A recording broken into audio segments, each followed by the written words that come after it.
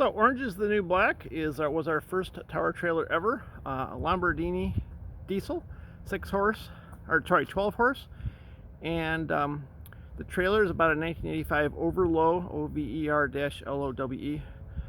Found it in a cornfield back in February, and the plan was to use it for the Lopet Winter Festival, and it's what really got the whole ball game started with the tower trailers. So started out orange. You can see the highway department orange had a Lombardini diesel, long diesel inside of it. We got rid of that.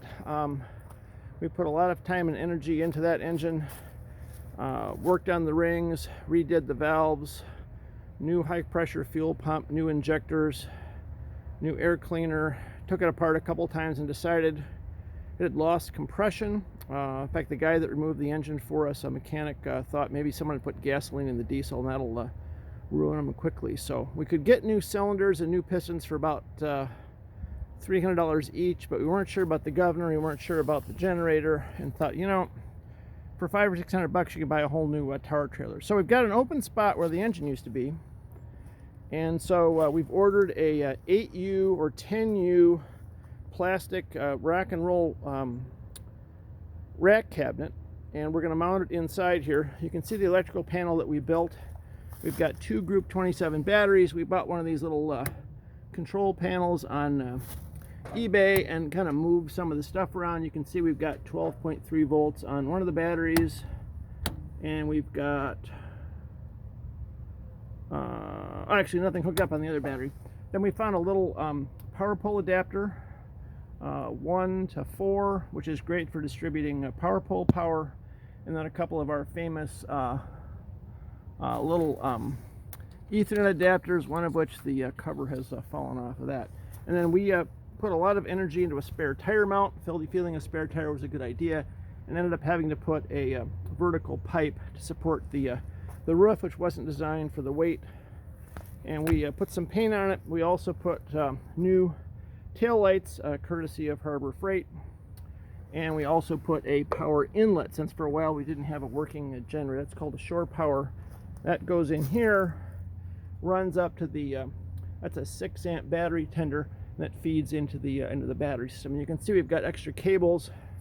You can see the outriggers, and then at the top we fortunately had a pretty good mount that was holding up the T-bar. It had a big T-bar, which we didn't need.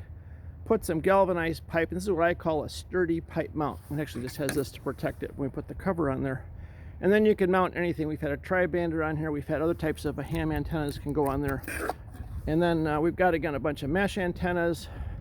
And then we started putting lights back on these trailers. And then down here is where the nano switch goes. And I don't store it with the nano switch on it. There's our pan to zoom camera. And then we've got another antenna mount here at the top. And we may experiment with some of those 6-way antenna mounts. And then we put some pipe wrap over the cable to keep it from tearing up the little cover. And then you can see the fuel bottle for the LP gas generator. And then we bought a couple of these 4000 DF Sportsman generators. They're loud, they're cheap, and hopefully they'll work out for us. I also bought the extended warranties for them. And this one has the leftover control panel. Notice our fancy decals. And this one has the control panel for the original generator, and we're going to probably end up reusing some of the switches and or putting in you know, some 12-volt indications. And I have an extra copy of the registration in case anyone is borrowing the trailer and needs to use it. So again, really a nice trailer. I really like it. It has a code name of ONB, which is Orange is the New Black. We're not allowed to use that because of copyright, but we use it anyways. But we're very quiet about it. And then again, it has the standard 2-inch hitch on the front, and a good sturdy 30-foot tower, good for hooking up tri-banders.